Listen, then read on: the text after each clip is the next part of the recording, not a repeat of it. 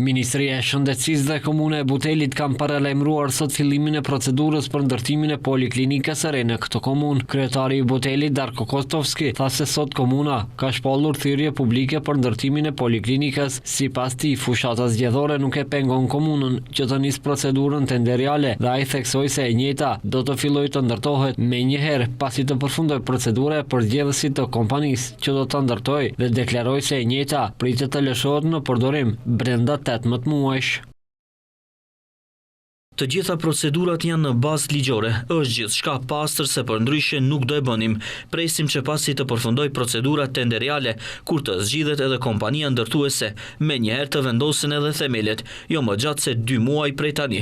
18 muaj është afati sipas afateve për ndërtim, kështu që jam i sigurt se do të arrijmë që të ndërtojmë në bazë dhe brenda afateve kohore.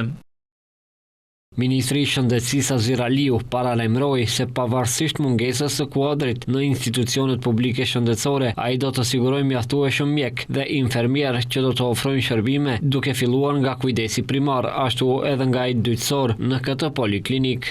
Të krijohet një infrastrukturë moderne, një ndërtesë një poliklinik me 2 katë që do të ketë shërbime nga shërbimet bazë shëndetësore, stomatologjike, për ginekologji, për pediatri, për aspektet e dhënjes së shërbimeve klinike dhe konsultative, gjithashtu laborator biokimik dhe kabinet për radiologji.